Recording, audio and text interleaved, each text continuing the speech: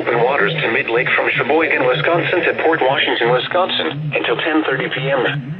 At 8:59 p.m., strong thunderstorms were located along a line extending from near Cleveland to 7 nautical miles southwest of Port Washington, moving northeast at 30 knots.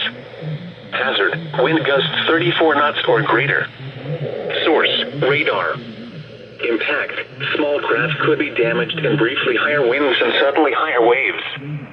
Locations impacted include Port Washington.